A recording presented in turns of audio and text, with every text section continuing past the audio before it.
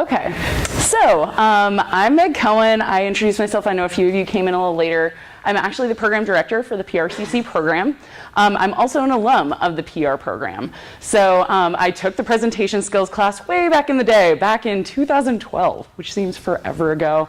And that was actually before he filmed his students. So I've never seen myself present, and I know that "so" is one of my verbal graffiti words, so I'm gonna have to catch myself throughout this. But I'm here to talk about compelling visuals in your presentations, which I also like to refer to as 5 tips to avoid death by PowerPoint. Now, everybody has a different philosophy about presentations, and they are gonna vary.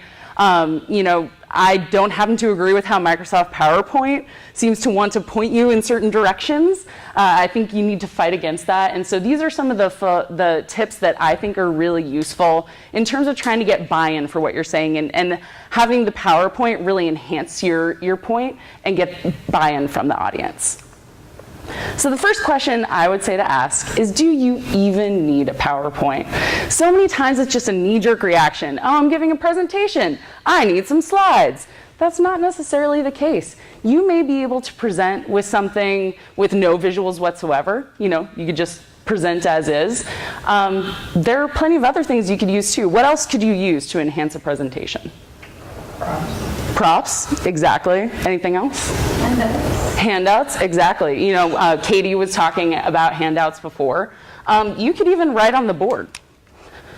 One person has, you write this down, you say, what does 350 mean?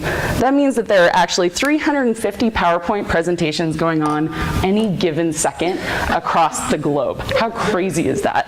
That's how prolific PowerPoint is. But it's really good to question it. You don't necessarily need it. It can become a crutch. It can become the thing that just reminds you what's coming next in the presentation rather than something that enhances what you're trying to say. Which brings me to my next point. Your slides should complement your presentation. And Katie actually talked about this, about how your slides should not stand alone. We're talking about the slides being your peanut butter and you're the jelly. And yeah, they're okay on their own, but man, when they're together, it is magic. And that's what you want. You want those slides to really enhance everything that you're doing. They should be kind of your backup choir to you singing the melody. It shouldn't just be necessarily a couple of bullets on a blank screen. I mean, it can be, but it can be so much more than that. And that's what this is about with making those compelling visuals. And one thing that I'd really encourage you to do is to embrace that negative space. As Katie was talking about, keep it simple, stupid. If you can keep it simple, it shows your audience that in this complex world where we're bombarded with messages, day in and day out, our phones are pinging and everything is coming our way, your audience really appreciates when you just boil it down and when you make it so simple and so straightforward. And one really great way to start with embracing the negative space is to open up your PowerPoint and get rid of this and get rid of this. Just get completely rid of it. Start with a blank canvas, start with that negative space, and go from there. You've got a whole image, you've got some words. I'm going to talk a little more about that, but step 1 and step 2, get rid of it. I just wanted to put this in here because it's so terrible. What are a few things that are wrong with this slide? Nothing. Oh yeah, it's right. Sorry, I didn't hear. Too much text. Dark on dark. Dark on dark. Yeah, the black with colored text. Oh, different colors. Anything else? Spacing. Yeah, the spacing, the formatting's all off. It was painful to put this together. I have to tell you, as I was putting it together, I thought, oh, this is terrible. Compared to this, I mean, how beautiful is that? It's almost a relief. And the thing that's amazing is that you look at that previous slide and there's so much information on it, and yet you look at this, and this is conveying a really complex idea. The photographer calls this a love story. And that's kind of amazing that a simple image can convey so much compared to this.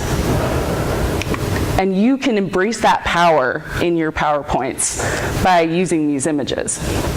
But the thing I just want to reiterate is that those images speak so much louder than the text. I mean, there's tons of research on it. Our brains are wired to remember images much more than text.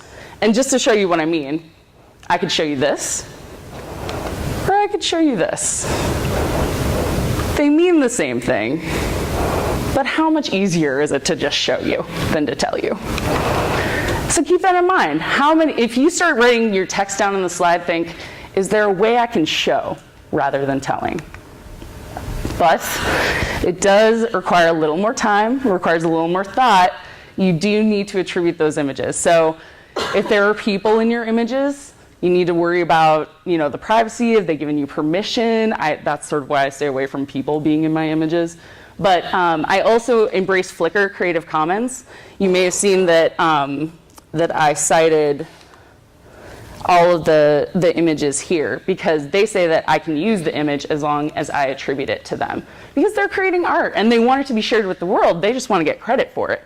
And I am more than happy to help them with that. So my last point is, if you must use text, less is more. It's just a beautiful thing when there is so little text for your audience to read. A couple of rules I like to live by are never use smaller than 36 font. If you are smaller than 36 font and it can't fit on your slide, you have too many words or too few slides. I also say never more than 2 fonts. You can use 2. I mean, 1 is more than fine. You don't need to get fancy. And you might not even need to worry about the 36 font if you go with less than 15 words per slide. This one's a little tricky. I do break this rule. I break all these rules every once in a while. Sometimes you have to. But this is a good place to start. I actually had 16 words on this slide when I started. And then I was like, how can I make it shorter? How can I make it simpler? Keep boiling it down for your audience. And I did a little work on the front end, but that means the audience got something a lot nicer on the other end. So just to recap, do you really need a PowerPoint? Slides should enhance your story. Negative space makes everyone happy.